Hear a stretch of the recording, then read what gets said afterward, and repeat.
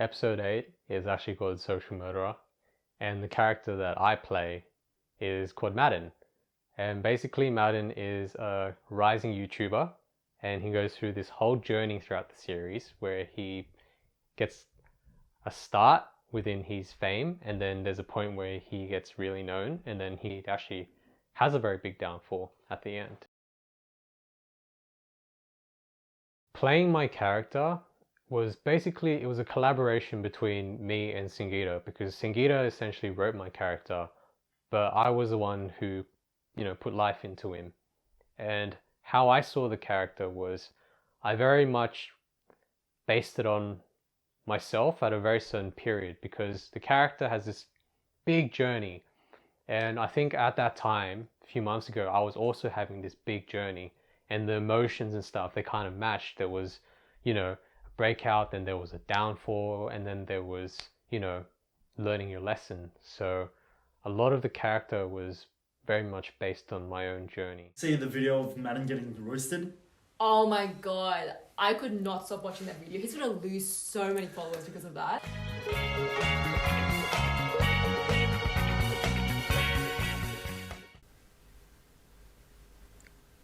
Madden's biggest downfall would definitely be his reliance on social media in terms of getting attention and love. He's a character who's basically deprived from love, and we find out a bit about his backstory in episode 8. And because of that, it makes a lot of sense for the first 2 appearances he's in. He's basically a character who feeds off social media, so he kind of replaces the love that he gets from real things, real people, and he replaces them with, comments and likes, and he really, really gets into it. And I think that comes from a lot of insecurities within himself. There's a lot of gaps within his life and a lot of holes that he hasn't really rebuilt yet.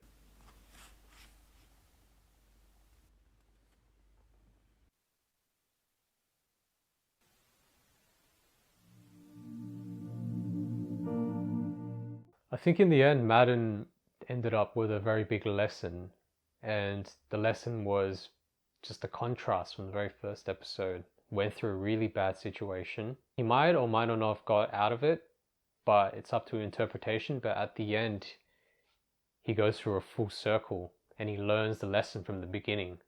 And I think in any movie or film or play, that's something that the main hero normally goes through. They go through a whole arc where they have a situation at the beginning where they need to do something to overcome it, and in the end they realize they have an obstacle within themselves and they need to relinquish that in order to move on as people.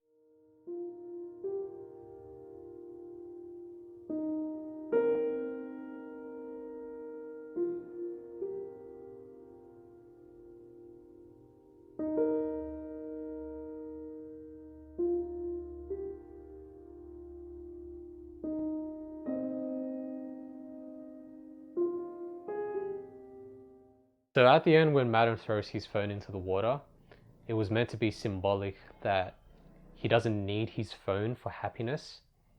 And I think as a character study, which is what I think that episode is, him personally, he's realized that his phone doesn't define him. He's not defined by the likes or the comments or himself as a YouTube personality. And that, sometimes you need to focus on what's around you and the people that love you. That, the phone is just, it distracts you from it. And I think ultimately he learned this lesson. What happened to Grace at the end, it's very much up to everyone's interpretation. So the reason why I wrote it and I left it like that was because it wasn't meant to be what happened to him or, what's the conclusion. It was just more like, this is social media and this is what it does to people. So the ending doesn't even really matter. It's more like the message of the episode. Please hit that like button and subscribe to my channel. It's Madden. I'll see you guys next time. Signing out.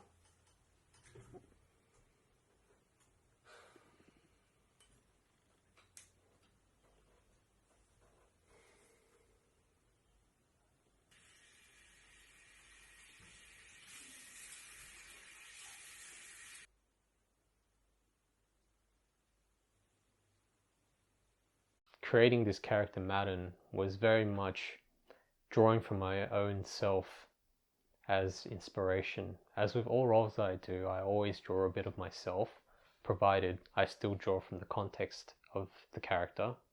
I created a character which I thought was in the middle. And what I like to do personally is sometimes I like to do a bit of method acting. So if the character was a YouTuber, what I did was I made some YouTube videos as my character. Or if there was a scene where he was in his spiraling downfall and he had a different, he looked very disheveled and he was like thinner, then I would actually go and lose weight for that role, and I would like, try to look more like something had been happening with me. So very much I try to embody the character as much as I can. And from that, you have to do a lot of work within your head. So the work is the number one thing that you have to do. And it's not always on the script. It's doing your research. It's trying to figure out who this person is when they're not on the script.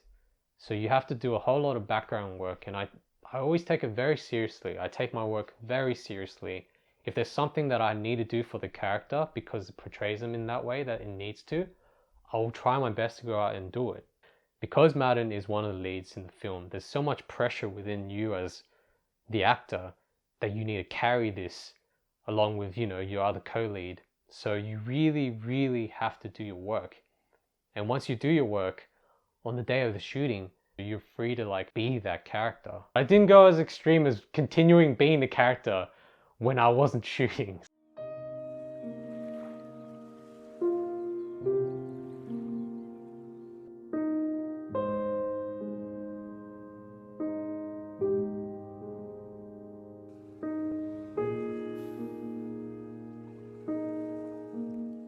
So I did do a lot of the jobs for this web series, and it was very little budget.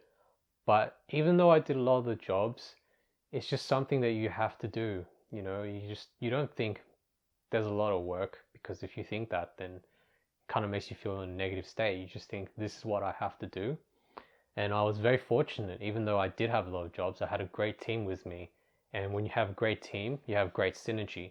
When you have great synergy, you get magic. And that's ultimately what you hope for when you're making a film. So I can't say I did like a lot, but I can say that we all kind of contributed, and in the end we have a great web series from it.